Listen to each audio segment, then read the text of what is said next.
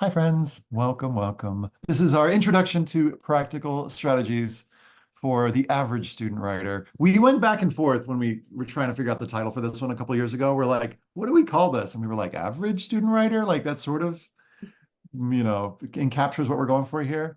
But I'm joined by, and really the star of the show today is Lynn Hawks. Lynn, I'm so grateful. Lynn and I met a few years ago through a course that I was teaching, and I was like, oh, Lynn, you should teach this course. And I literally had that thought. I think I told her afterwards.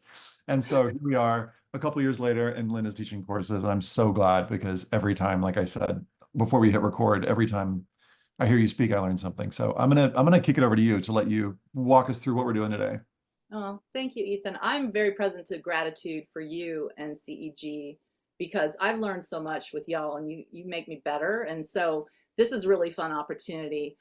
And I'm just going to go ahead. I'm going to share my screen and let you, and I know Ethan and Renee will let me know if there's any weirdnesses going on, but hopefully you can see the words that Ethan was just talking about, the whole like average word. We worry about that sometimes. I'm thinking reluctant writer might also be good.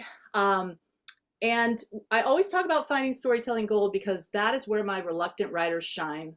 And I'm really excited because this is a snack webinar. Ethan and I are both into snacks. I'm into all kinds of food, actually, big or little. But this is a snack webinar for the course that we're teaching this summer with all these lovely people. And not only me and Ethan, but Hannah Lim, Tom Campbell, and Andrew Simpson. And they are just rock stars who are going to help me with this challenge of like inspiring our students. And tonight's snack, we're going to talk just like a tiny fragment of what we're covering this July, but I will go deep into some things. And I'm excited about talking about what scares our students. I know that sounds weird to say I'm excited about that, but I think we really have to face these fears first. And then we need to dive deep into some things they can do well right away. And Ethan's then going to talk about what admission officers are looking for and his latest thoughts about values and qualities students can put in their essays, and he's going to say more about that. We're going to preview the course, and then we're going to talk a little bit about how do you get insight going. I will be asking you questions from time to time, so I hope you interact in the chat. A couple things. I'm an author, and I want my students to know it's okay to get stuck, that I want you to be super generative, and that you can level up sentence by sentence with craft. A lot of my background is actually, in teaching. I was an English teacher once upon a time, and I get a lot of stuff from my pedagogical background. I'm not going to get into differentiation and all the stuff, but that is kind of what informs me, as well as my young adult writer background, which I relate to kids because if I want people turning any pages, they want the admission reader to keep reading, right? So we kind of have that thing in common of like, how do I keep people reading? And then my English teaching background is all about, can people just exit with one skill before they leave their time with me? And that's like kind of what I'm going for. So just so you know my context, I will work with students for an hour or a week or several weeks. But if I only have an hour with a student, they're going to walk away learning something new about craft. That is one of my big goals. Ethan, you were talking in the training for CEG coaches about biases we bring. That's my big skill bias. I want you to exit with at least one writing skill. And so I get very granular with students on that and editorial. I also feel, I don't know if you want to, and people are asking, will this be recorded later on? Absolutely. There's, I think, a real fear hovering in the air for me right now because we've got some competition. AI is here and a lot of buzz about artificial intelligence is out there. And I'm hearing people say, well, gosh, AI can summarize anything. Do I even need to read it? AI can write a novel or almost. It could write my college essay. And I've been thinking about this a lot and studying it. And I think so many exciting possibilities are out there with AI. But also one thing that an educator's been saying I really appreciate, and that's the importance of friction. The college essay is a chance for that. Eric Hudson is an educator, and he's helping teachers incorporate AI. So I think about this as a college essay coach. Would I bring AI into it? And I haven't so far. But he said the teachers he's talking to are concerned that the vast majority of generative AI tools are designed to eliminate friction in our lives to help us offload cognition to a bot. And they're right to be worried. As Mark Watkins lays out clearly, and this is another educator and researcher, Friction is a critical component of the learning process, and AI is a threat to frictional tasks like close reading and analysis. Now, why do I bring this up? Well, Andy Simpson, who will be with us in the course this summer, talks about, there's not that many mainstream rites of passage in American culture. Like, getting your driver's license, everybody goes through that who wants to drive. Maybe prom is a mainstream thing, but also writing a college essay is for a lot of students a rite of passage to learn more about yourself. And so as an educator, I think about, okay, one more nerd thing about pedagogy. Lev Vygotsky used to talk about the zone of proximal development. When I get a reluctant writer, I look at what can they do unaided. Well, they're not writing their essay on their own. So they need some kind of aid. And, I could be like completely hands-on and write it for them, or AI could do it. But what about that middle light purple ring where if I can get the dopamine going with them and the joy in the writing process to carry them through to a comfortable level of frustration and friction, maybe they will be in that zone of proximal development to develop some writing skills. So it's okay to feel some friction, but I also want you to feel enough joy and dopamine to get through it. So that's the problem I'm always trying to solve. So if we're going to read model essays, let's make close reading fun. If we're going to write, let's have some fun with it. And that's always in my head because many of my students that I get would rather do absolutely anything but write their college essay.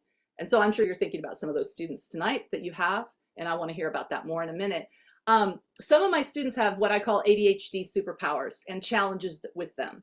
They could be highly visual learners. So I always do coaching sessions with a few slides, not the whole time, but like I'm doing here with y'all. But and a lot of them are also telling me, I appreciate that you have slides while you talk. It helps me like remember things. I'm like, okay, cool, thank you. A lot of them don't have rituals and routines around writing. They might be incredible athletes or performers, but they don't sit and write regularly like I do. So I want to help them get that. They certainly lack experience writing this kind of thing. I don't know how many times y'all have written a memoir meets creative writing meets persuasive essay, but that's what we're asking them to do in the personal statement. So maybe their English teacher assigned one to them, right? But most of them don't believe that they can write. And so my goal is like, how can I get them from the blank page to this ritual and practice of actually writing without me? That is my goal. So what is fun? One way to get the dopamine going is I get them telling stories, and I bet you all do this too. I would like you to start by telling me a story. We're going to talk about one craft move, and that's dialogue. So Ethan, I'll bug you in a second after I share mine, because of course I had time to prepare and think about this. What is a favorite line from a movie or book that you and your friends or family have quoted to each other before, or you just love it yourself and you're like, that is like the best moment when so-and-so says this or that? For the win, I don't know if any of you can think of this. I actually couldn't. But is there a moment where a character has a voiceover in their head? There's a funny voiceover narrator thing? Because that could be a fun thing to share. But in the chat, if you don't mind, do you have a favorite dialogue line from a movie or a book that you think about? I just love seeing what people have. So I have, this is great. I'm enjoying what people are writing. I was about to share mine. Oh, wow. We've got Tolstoy. We've got Taxi Driver. We got Dickens. Dead Poets Society, Finding Nemo. Oh, this is awesome. Ethan, do you have one? Or should I share mine first? No, yeah, mine's the Tolstoy one. All happy families are alike. Each unhappy family is unhappy in its own way. There's kind of a dark application to the college essays there where it's like, no, your unhappiness is interesting and unique if you get specific. And I don't want to meme that in this conversation, but I think about that sometimes in the back of my mind when students are like, my story isn't that interesting. And I'm like, well, let's talk about it. And they start to tell me the story. I'm just like, oh my gosh. So I think that applies to things other than unhappiness. I think students are interesting in other ways too, of course. Yeah. No, I think that's great. Yeah, it's like the uniqueness factor that they don't appreciate, that their ordinary is extraordinary. I I have one of my favorite lines, and it's weird because I don't think I can even explain it well, but it's a moment between two characters. I loved Wizard of Oz as a kid, and I still love it. And there's a moment when Dorothy is saying goodbye to the Scarecrow before they all disappear at the end and they leave each other. And she's like, I think I'll miss you most of all. And I don't know why that makes me tear up every time, but it's like, it's just like, you know, how some lines just like get you and you still don't even psychologically know why they do. Um, but these are amazing what I'm seeing here. It's like, do you see how quickly y'all came up with this, right? I mean, like, I just put you in this situation of my students when I start mining their stories and say, you know, tell me more, tell me more. It's just how quickly it comes, right? Now, it's easier to start with somebody else's story, right? But what we're seeing here, and this is the author in me, is that we're seeing I mean, I saw Jack Nicholson right now when someone said you can't handle the truth. Like I'm seeing that scene in the movie. Like I saw character, you know, I see personality, I see plot, setting, era, style, tone, vibe. So that is what, when you put dialogue in a college essay, you're getting. And so I tell students, your who needs to show up, okay? Because I went to this Read College webinar and I thought it was fabulous. They kept saying, the colleges want to know who you'll be in classes, dorms, intramurals, clubs, study abroad, internships. They need to picture you, right? And so I will tell them, you don't want my resume, listish thing. It's in your activities list. It's everywhere else. And also, I'm 56. I've lived a lot of life, okay? They're much more interested. If you give them your resume, your activities list, and your personal statement, their eyes are gonna glaze over and they're gonna be like, what's her story? Who is she? Is she gonna be a decent roommate? So I tell students that, right? I try to clarify the real Lynn knows something about rejection. She's a nerd for certain things. She loves cooking reality shows because of the compassion meets competition and is it cake? I could go on about that. I label myself certain ways. So anyway, I tell my students the who of you can show up. And here's 3 cool ways to do it, right? Dialogue, interior monologue, and stats. And so when they realize they can harness the power of small craft moves, they get really excited and they start doing more. And I also want to point out that actual and paraphrased are key because you don't have to put every line of everything that you've ever heard yourself say or other people around you. You can paraphrase it and still make it what's called gold. In the class that I teach this summer with Ethan, I actually have 9 craft moves that I teach students, and we go into those in a lot more detail. But tonight, what I want to talk about is these 3 in particular. And in the first meeting with the student, you know, like I said before, tell me more, tell me more. I want more story. And of course, they've done brainstorming. They've done amazing CEG brainstorming, which I'm going to reference in a second. And they've done some activities that I've developed. So one of the key things that I do in these meetings is I get really wildly excited about one-liners in their dialogue. When they say something super casual, like this one student who didn't like to write on his own, but was an amazing storyteller. And he was just like kicking back, talking to me. He's like, I'm the kind of kid who, and I don't know why, I just like, I love that. That's great. How would you feel about, you know, and I showed him an essay where one line kept repeating as a structure. Ethan, it's the classic This Is Me essay. And I don't know, Renee, I didn't give you that link, but if you can find it and want to throw it in the chat, that's awesome. But when he said, I said, would you like repeating that in your essay? And he got his eyes lit up. He's like, yeah. And so we were off to the races. Because sometimes a great line of dialogue that they came up with gets the story juices flowing. So here's his opening paragraph. I was the kid who spent hours splashing in the freezing cold, 50-degree water of Half Moon Bay, sand between my toes and fingers, making the sand into hills, then washing them wash away with each new wave. Not a care in my mind, watching and listening to the waves and freight ships chugging on the horizon. My parents couldn't understand how I did it. Even now I can't either.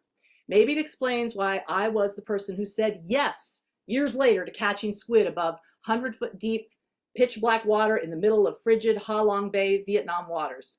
I am the person who wants to go do unusual things anywhere I can. I was like, awesome. I love this. And, oh, Renee, I'm sorry. It's the essay, This Is Me. I don't know, Ethan, is it on our website? Is I it on don't know this? if it is. I don't know if it is on our website, actually. Oh, sorry, Renee, I sent you down a rabbit hole that doesn't helpful. Sorry about that. No problem. I think it might be in the Choose Your Own Adventure tool or some other place. So anyway, it's an amazing essay where the student repeats, this is me, multiple times. And it's just great. So now I want to show you one other paragraph and how we went from draft 1 to draft 5. And because he got so excited with the repeated line, which is a ritual and a routine that, kind of got his juices flowing. And that's that intuition that I can't control. But when they're excited and our dopamine is flying, things happen creatively. And so he talked about another incident and of around a campfire that was really cool, but I was like, can you tell me more? Can you paraphrase the dialogue? And so this was draft 1. So you see how his paragraph repeats with the kid thing. When I was 12, I was that kid who spent my entire evening and night talking politics with people 20 years older than me around a fire while everybody else was playing games and running around. At a local Capture the Flag summer camp with a one-night overnighter, I spent my time talking gun legislation and local Colorado politics with people who had graduated college 10 years earlier. Even though I was just a 12-year-old, I could hold up my own end of the conversation quite well. My points and ideas were so good that the counselors bragged about me to my own parents. And I was like, well, that's a pretty awesome first draft. And by the way, like when dialogue starts going and he knew that he could do all the craft moves, like give me proper names, give me numbers, all that stuff. He just like told everything. So I was like, awesome. Well, in draft 5, I had him paraphrase the conversation because I was like, you know what college admission officers are kind of interested in is what you're going to be like in class. So how do you debate with people and how do you talk? Because, having the counselors brag about you to your parents was a nice detail, but I just don't know if that's as important as what did you all discuss around the fire? What was that dialogue? We all had beliefs that people should be able to choose what to do with their lives, including owning guns. We all did, however, agree that AK-47s were way out of place for our world and that the average human being should not have them. It has sparked curiosities that I have to this day, leading me down a path of wondering what everybody should be able to do with their lives.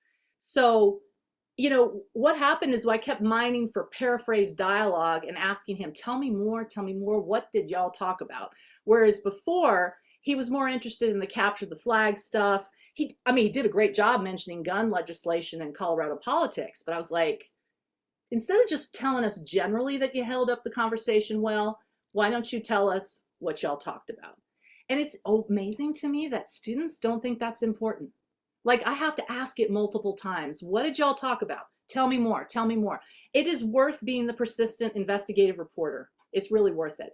And sometimes you feel, I had a student this week who I would ask a question and they would kind of sit there and they'd be kind of quiet. And then I'd ask the same question a different way. And then maybe the third time I'd get a little story. So this student was easy because once I told him, I was the kind of kid, he got excited and started writing. But not everybody else heads off to the races. And again, a lot of my students would rather not do anything else but this. So let's do a little meta pedagogical move here. We're going to simulate and do an empathy walk here. I want you to imagine this and then tell me in the chat, because obviously people are amazing what they're sharing here. Penguin Random House or Simon & Schuster has just called you and this publisher is about to give you a 6-figure deal. You get to write your memoir. All right. So what an amazing thing. That's like getting in the NBA or the lottery. So after you crack open the something to drink, you retreat to the privacy of your room and then you absolutely start to freak out, right? Because this could be on the New York Times bestseller list and everybody could see it or not. So tell me about your writing. What worries would you have with a high stakes writing situation where more than 10 people are going to see your writing? Obviously with memoir, I'm going to share some things about my family. They may not like that. There's that. But your personal, what is your fears about your own writing, would you say? Like, what are your beliefs about your writing that are like, I guess for me, someone is saying writing structure not mature enough. Thank you for sharing that. Start stronger than it ends. I'm very verbose and I'm having a panic moment about my own writing right now. I'm about to hand it off to someone and I'm like, it's too long. Boring, too stilted. I don't have anything particular to say. Not insightful enough. It's only interesting to me. Editing will lose its essence. Yeah. like get overcooked. Huh? Readers won't like it. Self-doubt. Yep. It's too complicated to get started. Yeah. Oh, as a former English teacher, everybody expects my craft to be perfect. There's so much, yeah, like your identity as writers, right? Like, think about this now too. You know, it's hard to coach a student from reluctance because all of these, what I might dare say, is misbeliefs are haunting them too, right? So if you feel comfortable while I'm talking here about what misbeliefs I feel like I have to fight with students to get them to do any of these craft moves, I want to hear what you think. And it might be some things you've already said about yourself as a writer. These are the misunderstandings I've seen that students have that I have to deal with before we get any dialogue on the page or anything. There's only one perfect topic and I'll never find it. Everybody's better than me or smarter. There's no real process because you just need to be smart and talented and then you'll be a good writer. It just is automatic. I'm not disciplined enough. What Ethan and I were just talking about, nobody wants my ordinary stories. Writing is boring. Writing needs to sound fancy, professorial. If you have anything that students have told you or their misbeliefs about what writing is, put it in the chat. And as we all know, a state of fear like this is not great conditions to do something that's risk-taking or new. The blank page that I get is because of these misunderstandings a lot of time. And sometimes I've also, you know, people who pivot to AI because you have these, you know, legitimate concerns. My stuff ain't good enough, so let me just have the machine do it, right? So I'm like asking myself, how do I inspire them to be as generative as the machine and get a draft one that is not full of these misunderstandings? And I explode them. I confront them. I sometimes even show them slides. First of all, it's fake news that you need a perfect topic or one story. I was doing a workshop for CEG the other day and one student was like, have you seen the famous essay, the one that went viral on TikTok? And I looked at it and yes, that young woman should have gotten into Harvard with that because it was an amazing essay. But that is the pressure out there that like there's just one topic that's waiting for you. And so I just say, actually, I don't care about the topic. And so Ethan, when you talk, I'd like to hear your thoughts on what I'm about to say here because I'm like, it's more about identifying some specific moments of you doing the things you love and your life is unique. The ordinary can be extraordinary. You're already a storyteller. We're going to lean into scenes, not a topic, a theme, or an idea. We will talk about your values and those could maybe connect the dots, but I'm more interested in your stories. You're already a storyteller. You tell your friends stories all the time. Nobody's lived your life. You are already unique and interesting. So I just need to help you reveal that. That's my job. So basically, and I put this in every slideshow, but it's just so important that they know that they are so unique. And let us see what your eyes see, and you will have told us as powerfully as possible more than you know. So another thing that I do is I also, besides saying, you know, you're already a storyteller, I'm like, there's no perfect order to the process. And I tell them how I outline and I don't outline and I hate it. And sometimes I free write, but I give them lots of different strategies to approach it. But it's not just about talent. I lean into the sweat and I talk to them about that. And I also, here's another thing, athletes understand that, you know, there are rituals and routines and foods that you need in order to do your athletic thing. So I've talked to a physical therapist about the importance of like what you eat and whether you exercise and have you meditated today? Or are you in a peaceful place? So why not eat some dopamine inducing foods or do a little yoga or take some deep breaths or always write in the same place if you're going to take on this new ritual? I talk to them and my athletic students and performers really get that right away. And they're like, oh yeah, maybe I should write at the same time every day. Why? Dopamine turns off the executive functioning, judgy, critical voice that says my writing sucks. I'm horrible. This is no good. The admission officers will hate it. So it's important to maybe eat cheese if you're not lactose intolerant, or eat almonds, or there's a whole bunch of dopamine inducing foods. And Chris is the guy I talked to about, you know, physical therapist. He also said, you know, exercise and write while you're sweating. because like your runner's high, your exercise high will get you in a great place to actually, be a better writer with less judgment in your head. Another thing is, what's your chronotype? And I tell students, if 11 p.m. or 11 a.m. is your best time, schedule that and just write for 20 minutes. That's the other mythology, is you have to bang your head against the screen for an hour, and that's what writers do. Only Stephen King writes 8 hours a day. He's wild. I can't do that. Maybe a couple hours. So anyway, the other things I say to students all the time: write freely, give me scenes. I don't care about your topic. I don't care about your plan. And by the way, a lot of my reluctant writers don't come to the first coaching session with any ideas. They have brainstorming, but they're not like, oh my God, I gotta, I gotta pitch this to Lynn. They're usually without any ideas. And so I'm like, I want to just hear your stories, let your gold emerge. And I'll talk about that in a moment. And let's just see, oh my gosh, look at this first paragraph you've written here. I see some gold in it. You've used some craft moves already. You already are doing things. So let me talk to you about Jay, one of my students. He was like, I'm not a writer. And it's always amazing to me because I'm showing you stuff where these kids look like great writers. It's because they revised and revised, but also they told me a ton of stories. And sometimes I was typing them exactly as they were talking to me. And once they saw their words on the page, they're like, yeah, I do tell a good story. He's now at NC State, and he was open to being interviewed, open to trying the craft moves, very much a STEM person, not into writing regularly, so he told me. And so I gave him all the craft moves, and I said, let's talk about dialogue. And he wanted to make his whole personal statement about the story of his dad. And I just want to give you a content heads up, that his dad suffered a traumatic injury, and I'm about to share that with you. The good news is his dad is doing great, but Jay wanted to make the whole story about that, the personal statement. And Ethan and I will tell you, and you will tell your students, that's not what you want to do. You want to make it about you. But yeah, this was a really important moment in your life. Let's make it part of it, right? So originally there was tons more dialogue. The whole scene with his dad was well over 300 words. And this is what we got it to. So another thing I do with students is I'm very editorial, and I'm like, what line of dialogue is going to be the dialogue to show us your dad's character, so we can care about him the way you care about him.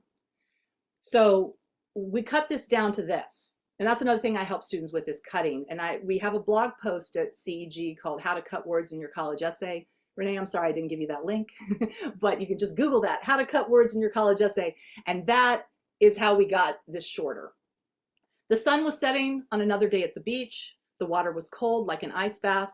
I was trying and failing to surf with my father and brother. Shivering, I took my last wave and started for shore. I turned to watch my dad ride his last wave, and he fell, hitting his head on the sandbar. Usually he'd get up laughing and say, I guess your old man still got it. But this time, my dad was floating face down. I ran towards his frozen body. So I told Jay that this line really struck my heart. What a brilliant line that he included there. And this was, remember, this was many, many words, and this was just one scene of many. But I told him, one line of dialogue can do magic and tell me to care about your dad. The stranger reading this is going to now care what happens to him. And we cut out a lot of other details about surfing, and also about how the EMT showed up. But this is what we ended up having for the next part. And I know this sounds a little clinical because we're talking about a traumatic injury, but it was really important to him that he make this story happen, and then we pivot to him. So I was like, we're going to cut it down so you can honor this, and then also yourself in a personal statement. His feet dragged along the sandbar as I got to him. I immediately flipped him over with the help of my brother. We moved towards the shore. As waves seemed never ending all around us, we progressed forward, screaming for help. By the time we made it, people came to help us. We were able to use his surfboard as a stretcher to get him out of the water. My dad had broken his neck and bruised his spinal cord, suffering paralysis from the neck down. Without my father able to help around the house, new roles were passed along to me. Whether it was cooking meatballs with my mom, getting my father his medicine, chopping wood, or walking the dogs, I learned to be more helpful. I realized without my dad there how much I was leaning on him before. So Jay is an amazing human being, and the rest of the essay is stories of him playing chess, working for the Durham Rescue Mission during COVID, a lot of things going on. But I'm just going to stop the essay there to say the craft stuff behind the scenes we were doing, helping kids find one line of dialogue that says everything, helping convert all the other dialogue you don't see into paraphrase dialogue. So just saying to them, there's another move you can make. I love all this dialogue. Regrettably, we got to get in other stuff. I know you want to talk about your dad for 650 words, but you're important too. So we're going to talk about you saying checkmate and forcing COVID into checkmate, which was a really cool metaphor he came up with when he was trying to get volunteers right in the height of COVID for the Durham Rescue Mission. So we talked about paraphrasing, we talked about quotes, and also how to do a one-liner paragraph.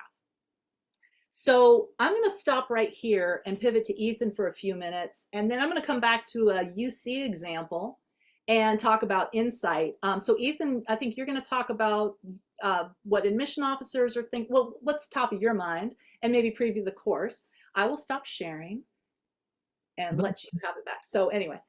Thanks. Yeah, appreciate it. So I've been thinking a lot about what colleges want. And I've been trying to be to go to not zero knowledge on this, but trying to be really humble. And this was started in at the start of this year, but really at the end of last year, because it seems so the State of College Admission report came out from NACAC, and it seems like there was some new stuff there. So let me just give you a quick sense of what I'm talking about.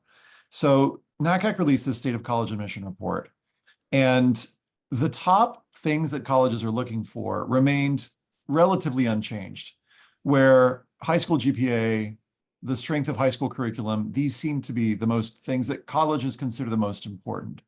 But then after that, the way it used to go is admission test scores, SAT, ACT used to be right the next thing. Well, COVID happened, test optional movement happened, and this plummeted, right? So admission test scores really dropped. A few schools, 20, I don't know how many, brought, many selective ones, so that's what's making news, brought schools back, but most of them remain test optional. So even though this has shifted a little bit, I still predict that this will only jump up a little bit here. But what was interesting was that this new colleges had the opportunity to basically check a box for what do you care most about is positive character attributes. Is that important to you? And it jumped up to essentially number two, after grades and rigor, it's the number two thing.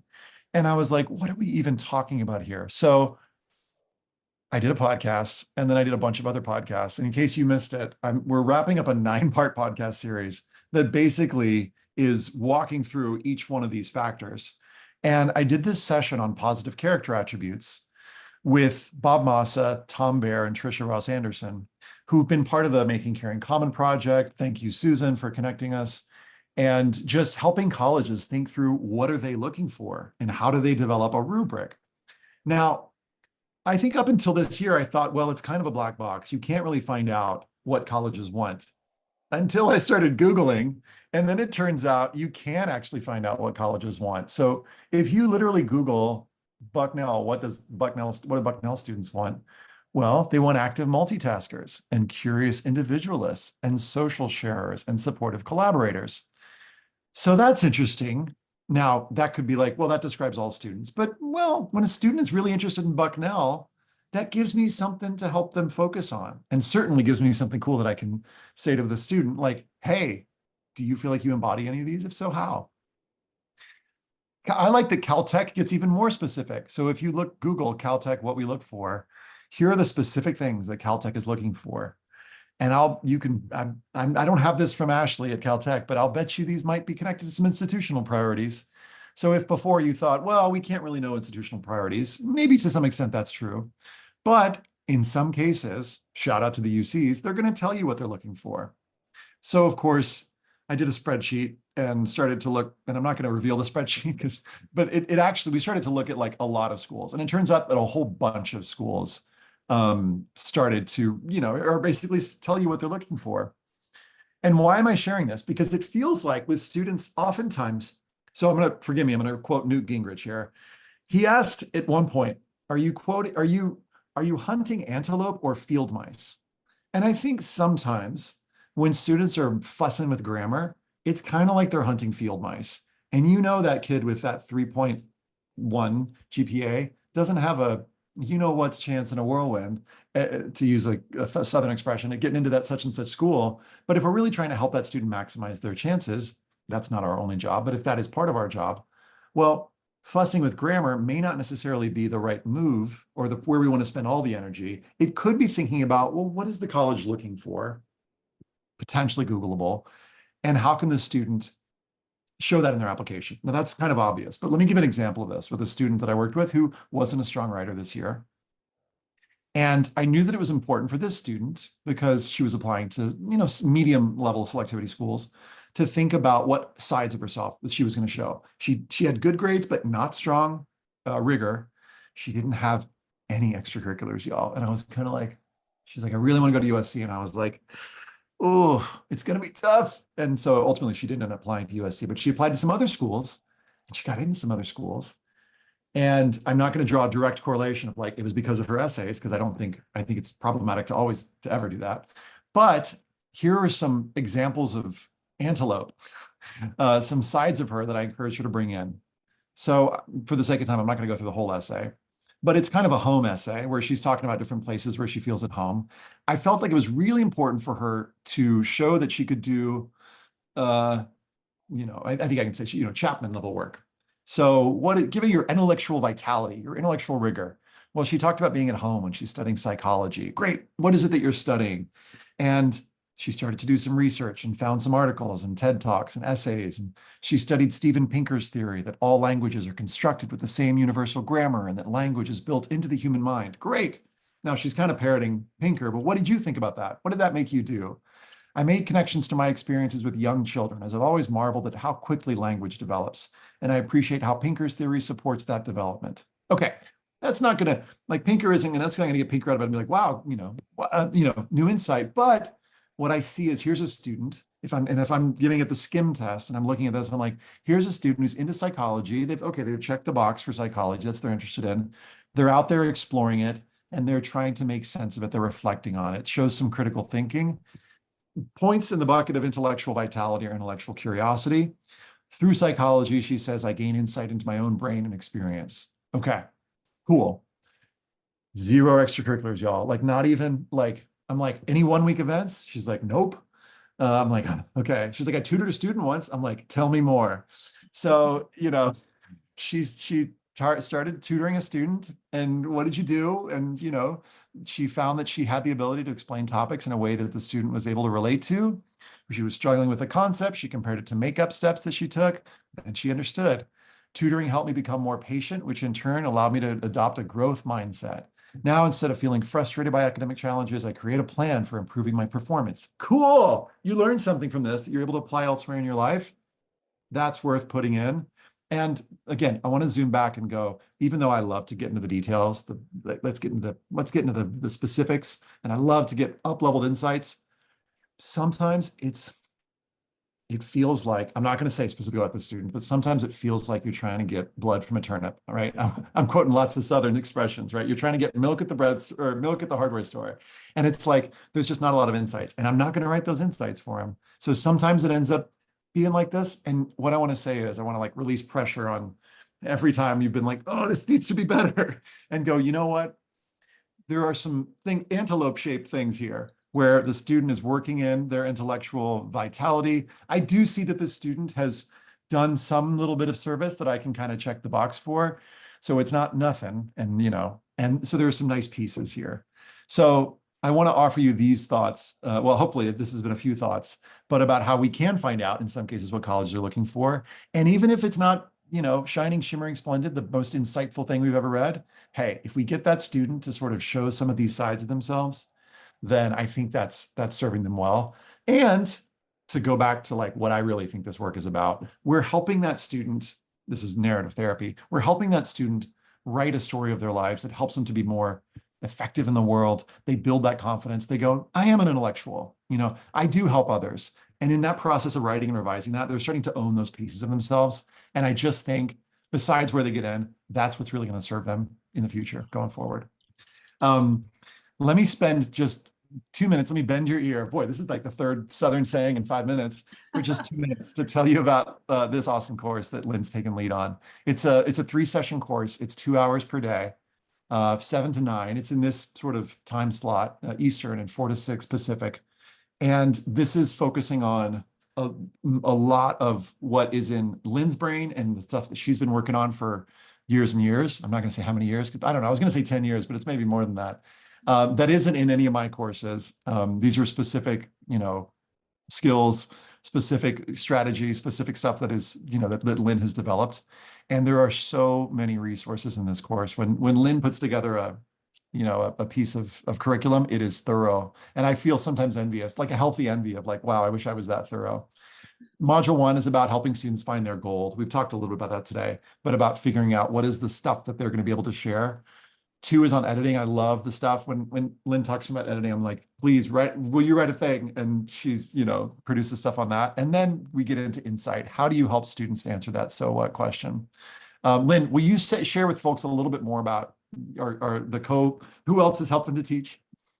Yeah, so Tom and Andy, well, Ethan, you're with me in the Storytelling Gold, and we do everything from getting these stories told, and we talk about vulnerability and do you need it or not, and how you get students to share with you. The second session with Tom Campbell and Andrew Simpson is going to be about revision process and how do you take students who are not into that into some routines. We're also going to talk about AI a little bit because we're all at such an interesting point. We're going to create a space to find out where are you on the essay feedback spectrum, how editorial are you, and where does AI fall in that, and learning from each other. But also I have some strong feelings about how to give kids guidelines in a limbo era, because I always feel my educator background and my administrative background is like, we need some guidelines and policies while we surf through this weird Yeah. tsunami we're in. So there's that. So yeah, revision process, AI, and then the third session, Hannah Lim is coming in, and we're going to talk all about insight and so what, and also how to get students. The problem, Ethan, you were just talking about is it really is a head scratcher of like when you get a student who's not very reflective, and this is the first time they've ever reflected on their life. How do you know that you're getting any level of insight? So I Yeah. actually codified, there's like 6 levels of insight we could try, Yeah. and being okay, just like Ethan said, being okay with the fact that maybe all you do is some really cool descriptive scenes with a little bit of epiphany, but kind of just this because this is the first time they've ever done it. You're the first to get them there. So we all got to celebrate that. So we'll talk about that and look at a lot of student examples. I'll also give you tons of slides, handouts, all the materials I use with my coaching. Those are your takeaways. So Awesome. Yeah, there's a little early bird thing we're doing because doesn't start for like 5 weeks, but hopefully it's mid-season, so you'll have a chance to like bring in stuff that you're working on with particular students. But I love the way you codify stuff, and I love seeing the sneak peek at the AI stuff where it's like, here's what's okay and here's what's not okay.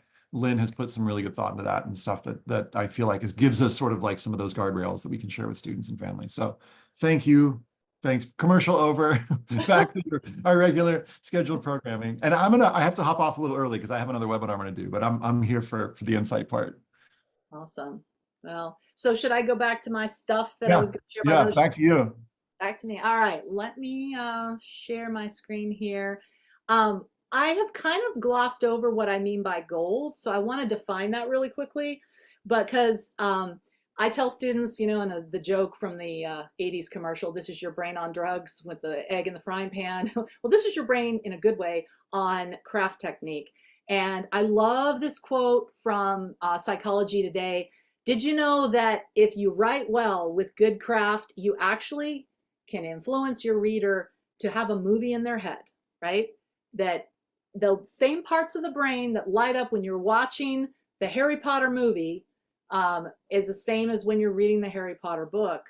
And that's what actually craft does is, get that going where you picture things.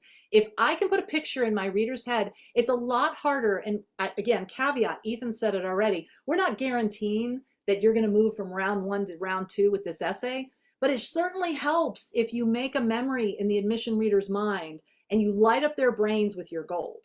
So I want to show you M's UC personal insight questions. I found her to be a phenomenal writer, but she didn't trust her storytelling instincts, didn't really know if her details mattered, but she was willing to try. And she didn't, like Ethan's last student, have any leadership or big club things, but she had interests. And she was a crocheting goddess. She taught herself to crochet during the pandemic, very empathetic, loved to travel. So I was like, well, okay, let's make a memory for your reader about who you are and what you're interested in. And I was like, please, please, this is what I say to students, use all the craft moves. I want to like see what you went through. I want to hear, I want all the sensory detail. And then what I tell them is, so here's what we're going to do. We're going to color code your writing and also the mentor essays. I have a whole bank of student essays. Some of them are CEG ones. Some of them are my students. And I have them color code them to like, tell me where that description is lighten up your brain. It's HD. Tell me where it's just kind of in between. You're not really sure you can see it, but you can kind of see it. And where is it like the old football films from, you know, the 80s and 70s, standard SD, can't see it. This isn't an exact science I've developed, but my students love it. They love the color coding. They love talking in colors. And for students who can handle green, I'm like, green is not only you can kind of see it, but you're getting kind of voicey and insightful.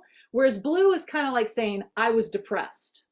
Well, that could be me, that could be Ethan, that could be any of you here. But if I say, I hid under my comforter like a beige amoeba, you know, and I cried like a toddler, tears flooding my face, now you're beginning to see just how depressed I was. And so there's a difference, and that was, you know, not great writing, but I give students those examples to say that. So this is what she gave me in her brainstorming. And by the way, this is the Ethan College Essay Guide 21 Details exercise. And oh, I love what Linda's saying. It's better than a movie because I'm the director. That's a great line in the chat. Renee, I did not put this on your sheet either, but if you want to throw the 21 details in the chat, that would be great. She said, M said, I love my job at the YMCA because I love to teach children how to swim. And we were looking for a topic for her UCPIQ, and I thought, oh, okay, she loves something, great, that's good, that's already a good start. There's only one piece of gold there, the YMCA and children, 2 pieces of gold. I can see children. When you say the word children, I see a child.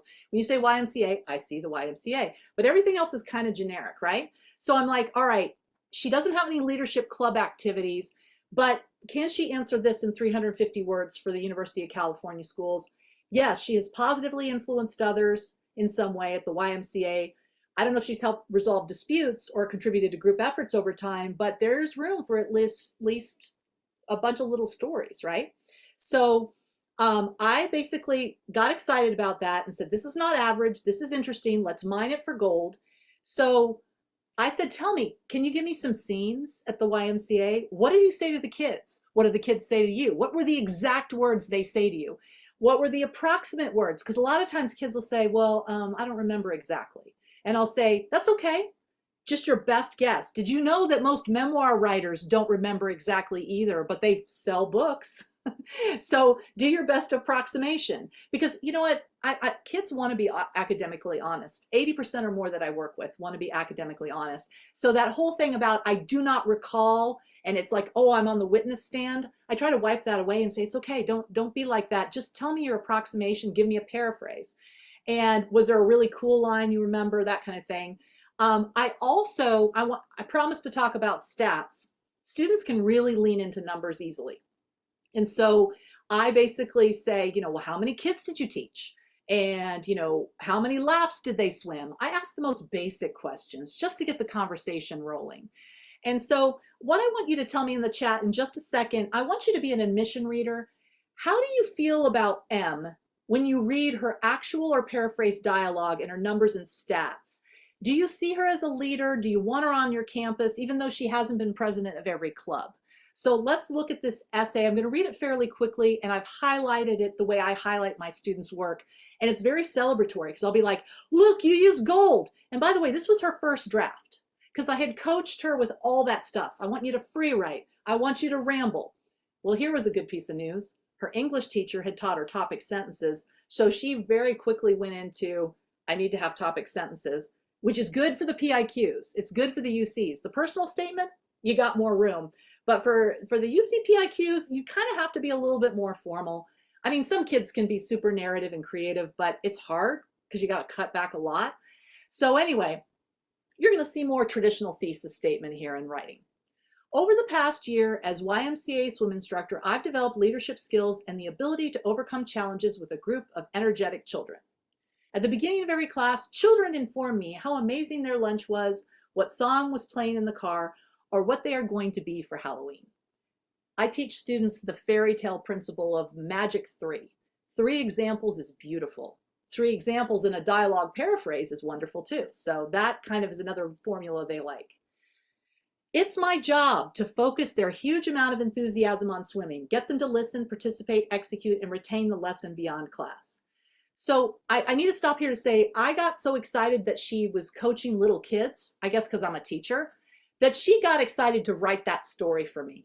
I was like, tell me more about how you coach. It's so hard to coach little kids in the water. You're worried about their safety. Tell me more. And when they see that you're as interested, like, okay, I'll hold forth. So I know you all know this, working with students, how important it is to let them be seen and be present.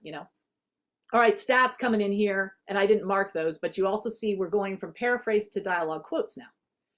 When I taught a group of 7 5-year-old boys, I was so nervous, but on the first day, they all became obsessed with a sparkly yellow pool ring. Each had to have a turn diving and grabbing it from the bottom of the pool. So at the start of every class, I brought them a new ring. They became obsessed with what color I'd bring. When I revealed a green ring, they'd all shout, wow. And then I'd use the ring of the day to teach them all the activities. She didn't know that this stuff was important. And I kept asking her about her methods and her pedagogy. Like, this is important. You can get kids to do things. This is not easy.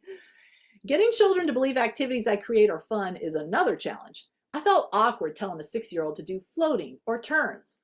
One skill I teach them is to grab the wall, put their feet up, and push off. One day when I called it Superman, I noticed kids seemed more interested. Instead of saying floating or turns, I make up silly names that make the children more excited. Now it's normal for kids to shout Batman, Spider-Man, or Starfish. Spider-Man and Batman were the ones they came up with. And I asked her, what does that say about you as a teacher or a coach? And she goes, that they like the activities I do. I said, yes. And then sometimes I tell my students, I'm their mirror, and I say, that you know how to give kids agency and let them be part of the class. And she's like, I do. I'm like, yeah, you do. So sometimes if this is new for students to reflect on themselves, it's okay to be a mirror and give them a couple pieces of insight. I see you. Do you realize you're doing this thing? And I mean, I don't want to be heavy-handed because like Ethan said, we can't write the insight for people, but it's a really valuable conversation. All right, final paragraph of the first draft. The children also unknowingly do a test at the end of the classes. I explain the fun activities I have planned on the other side of the pool, but they have to first swim their best lap of whatever skill we've learned. I was a little skeptical they would give effort, but I was wrong. Every kid sees this as a chance to impress. They will confidently yell at their parents to come watch them complete the lap. So she's overwritten, which I tell students to do. Overwrite, we'll underwrite later is what I tell them. And it's great. I want more stuff. Give me more gold. We'll cut it back. And you saw the blog post that Renee put in there earlier, how to cut words. I tell them we'll worry about the cutting later. But how do these two craft moves affect you? How did her use of dialogue, both paraphrased and quoted, affect you in terms of what you think of her college readiness? What values are you seeing? Like, how did you feel about her as a candidate because of those craft moves? So let's nerd out for a minute. Any thoughts about that? Of how you felt about her as a candidate because she had leaned into those details? Just any reactions you have to her as an individual.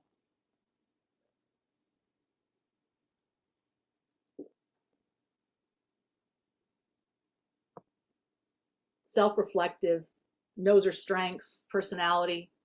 She's got maturity. She is a great communicator. Initiative, yeah, lesson planning, man, coaching lessons. Leadership all the way, right? Leading those little boys to say, wow. She has a creative approach to getting interest. Deep patience, yes. Relatable, detail-oriented. Yeah, she does sound fun. I agree. She'd be good at conflict resolution. Yeah, wouldn't you want her in the dorm? Exactly, group tasks. Yeah, and also the talent, right? See, a lot of times students don't know that they got that talent or instinct.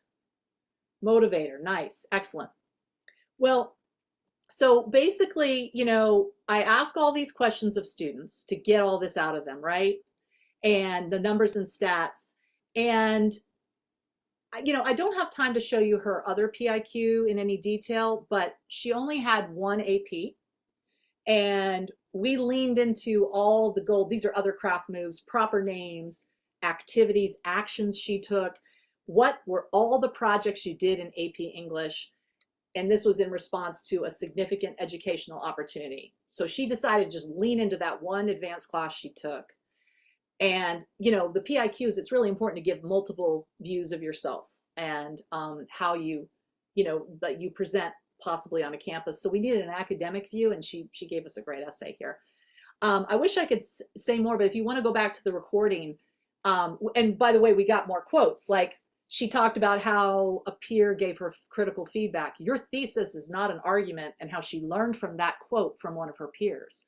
So anyway, I wish we could do more here, but I want to just take a couple questions. And I also want to show you really quickly. Sorry about clicking through. Oh, this is where she ended up, by the way, where she was accepted. And her mom was super happy with where she ended up. But most important to me was that she felt encouraged the whole way. And she didn't feel as stressed. And I was like, if I can do that for kids with their writing, that's gold. Also, I'm going to put this up on the screen because I promised to talk about interior monologue. I ask kids all the time, what was running through your head? Let's write that down. And so one of my students who had a very strong learning difference, but was a very gifted thinker and writer, talked about his first tour of a highly selective school and how he's low income, and he felt really uncomfortable because of the fancy sandals everybody was wearing of his fellow future students. And he's like, was this what I should have worn? Did I need to shop at my nearest Nordstrom's to be accepted into the culture of my future classmates?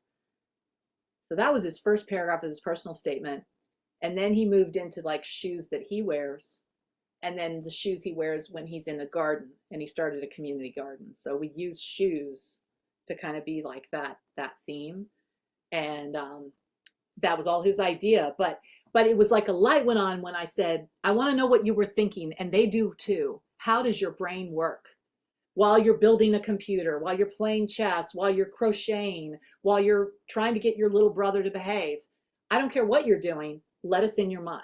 So anyway, that's really important. So anyway, I'm sorry, let me take some questions if there are any about craft moves, or, and I promised to show you some insight stuff. So I know that I'm going to put those couple activities I've developed for my students. But are there any questions people have? And while I'm looking for questions, sometimes kids get more insightful, students do, when you say, if you were a food, what would you be? If you were a type of weather? If you're looking for a topic, sometimes this can help. I mean, you'll find out that all of a sudden you've got a Formula One fan guy right there, or girl, and then like all of a sudden Formula One becomes the topic. Or, if I were a building, I'd be this. And that can sometimes generate insight instead of like, if you're feeling like you're stuck with getting any scenes from their life. Another insight thing is, if you could build a game, what would be the object of the game, the rules of the game? And sometimes they can't do this right away, but they can tell you about their favorite game to play. And, so that is something that, I find kind of gives them a structure for insight. And another one that I have that gets insight going, I found this the other day and I love it, where you give them words and you look for the opposites. So I am bound by what? What keeps you down, but you are bound for what? Headed to, moving toward. I cleave to, I attach myself to, but I've cleaved myself from. So I love this because it's kind of like it can get the juices flowing. So how long does coaching like this take? Number of sessions? Well, I would love to have at least a week or two with the students. I have a lot of students who have limited budget, so I don't say to them, we'll take 6 to 8 weeks. But in a week, I can teach them gold and blue, and I can give them the craft moves, and then I can get them free writing, and we can pick a personal statement topic by the end of the week. So that's usually a week. But Ideally, I love 3 weeks with students because then I can get a lot going. If I only have an hour with a student, they've already sent me their essay and their parents are like, I'm paying for an hour of your time, which I do a lot of those hourly things. Um, they are, usually I will give them like a handout of like what is gold and blue and then tell them I color code everything and I'm like, this is where I can see you, this is where I can't. It's blue where you're like disappearing into the blue sky. You sound like everybody else. And so they can level up just a few lines from an hour of feedback from me. That is going to put a memory in the admission reader's head. And I'm like, that's enough. I mean, I would love to be able to give everybody several hours, but if that's what we can afford, then that's totally cool. You're going to do that. I will list the craft moves for you. Sensory detail, actions.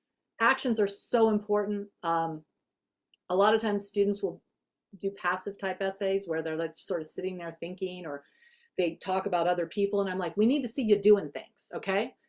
Thinking and then taking action. And so action, sensory detail, dialogue, interior monologue, and I'll have to go look at my list here because I don't have it memorized, but I have 9 for them. And let me see if I can actually pull it up and scan it for you all. And that's one of the giveaways of the course too. All right, let me take, if there's one more question. I know I'm right, I'm 2 minutes over time. Let me see if I can do craft moves here. Let me stop my share and I will find craft moves. Any other questions that people have?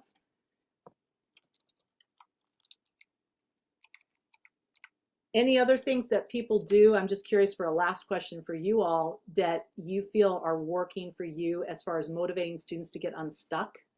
I'd love to know if anybody has any little tips. The values exercise, yes. And can I just tell you that that is in the insight portion of the course that we do. I talk a lot about how a 3-value choice can be a great outline for your essay for students who are stuck.